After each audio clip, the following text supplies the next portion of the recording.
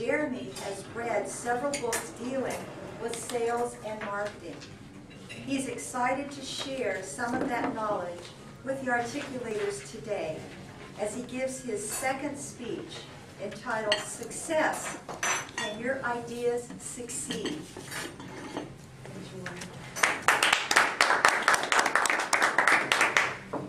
Madam Toastmaster, ladies and gentlemen, you probably don't know it, but you all suffer from the curse of knowledge, and it's hampering you from communicating effectively.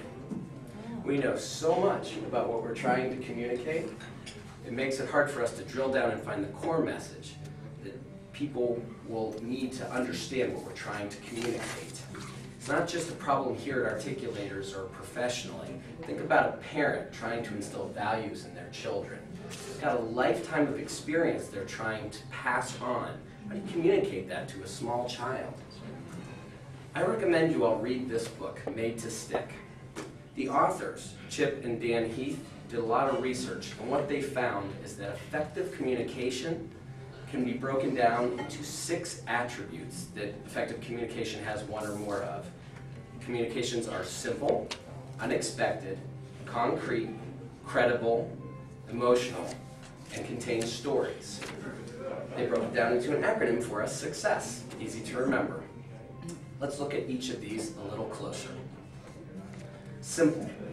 Well, if I just left you with that, I'd be suffering from the curse of knowledge. I'm not talking about dumbing down your message. I'm not talking about creating a soundbite that doesn't really mean anything. Ideally, you're looking for something akin to a proverb. Think about the golden rule, do unto others. Very simple, right? But at the same time, very profound. It means a lot.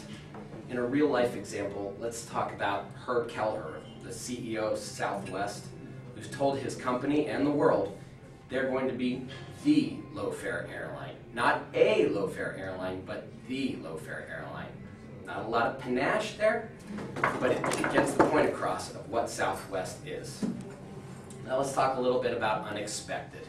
Ideally, an unexpected message can gain your audience's attention and hold it. Let's look at the Enclave commercial. In the Enclave commercial that came out a few years back, we saw a minivan, the Enclave, and a family was piling into it. It was so beautiful, idyllic setting. They were driving through a neighborhood together, and we were hearing a voiceover about all the wonderful things, great cup holders, comfortable seats, and then as the minivan pulled out into the intersection, wham! Broadside by a car coming the other direction. Unexpected, right? And it faded to black, and it said, "Didn't see that coming, did you?" No one ever does. Buckle up, always. The Enclave didn't exist. It wasn't a real car. The ad council put that message together, and it definitely made the point. When we're talking about concrete, this may be the most important of all the attributes, according to the authors, Chip and Dan Heath, and it also may be the easiest to embrace. The curse of knowledge makes us talk in abstractions a lot of the time. For instance, a pomelo.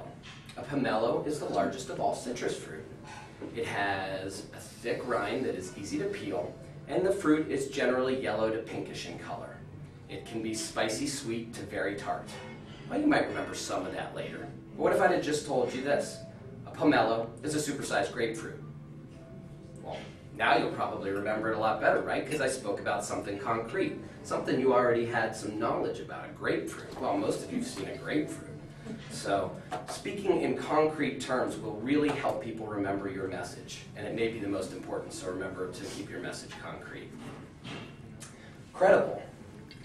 How do we make our messages credible? It's easy for someone like Bill Gates, for instance, to speak credibly on computers, but when we're talking about credibility in our own, we need some help. So maybe we can use some statistics, but be careful with statistics. You need to interpret them.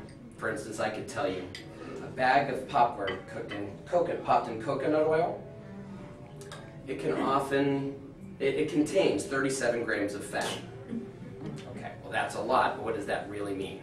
Well, what if I told you that basically means eating a bag of popcorn cooked in coconut oil is the same as eating a bacon and eggs breakfast, a Big Mac and fries for lunch, and steak dinner with all the trimmings, all in one bag. Well, now that's a statistic that means something to you, doesn't it? You'll remember what that bag of popcorn means. Another good way to credentialize your argument, your message, is testable credentials. What does that mean? It means that your audience can actually test what you're saying. Ronald Reagan, in his debate with Jimmy Carter, could have used a lot of statistics when proving that Jimmy Carter wasn't doing his job. He didn't do that. He asked the audience, are you better today than you were 4 years ago? Well, the audience could think right away, no, they weren't better today than they were 4 years ago. So his message was testable. Moving on, let's talk a little bit about emotional. Emotional can include many things, but really you're trying to appeal to someone's emotions not just to push their buttons, but to make them care about your message. If they care about your message, they'll act. How do we get them to care, though? There are many different ways, but some 3 key ways are to apply to someone's self-interest. If you buy my car, you'll save money. Okay, so money, greed, or not even greed, but just self-interest in wanting your money, or your identity. This is an American car. Oh, well, I'm an American. Maybe I should buy that car. Or to your pre-existing associations. This car is the safest car for your family. Well, I care about my family already, so maybe I should buy that car. So applying to emotions, you don't just want to tug on the heartstrings, you want to make people act. Lastly, let's talk about stories. Stories are really important when you're talking to someone about your message because they incorporate many of the other of these attributes. They are often concrete because you're telling a story that people can follow in their heads.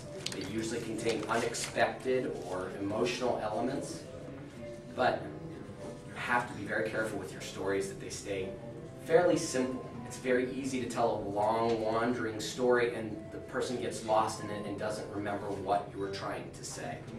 So stories are very important, but you have to make sure that you are tailoring your story to the right audience.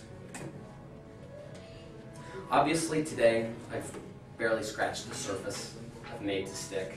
I highly recommend that you all read this book. But even if you don't, I'd like to leave you with this. When formulating your message, if you keep success in mind, it's much more likely you'll communicate your message successfully. Madam Toastmaster. Is Rebecca Brewer. And I would like for her evaluator, Tim Rickey, to please give the objectives of her speech. Rebecca, you were redoing your icebreaker? Yeah. She's redoing her icebreaker, which, by the way, is a good idea.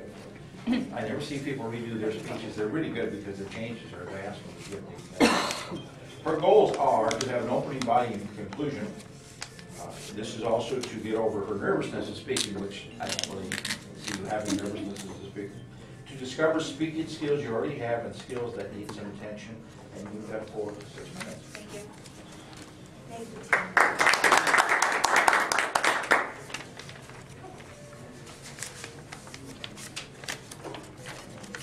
Sometimes words are sufficient to feel and communicate the fullness of an experience. Other times we find our greatest joy in the quiet moments. Please help me welcome a fellow articulator who relishes the silence as much as the opportunity to share the spoken word. Our next speaker is Rebecca Brewer.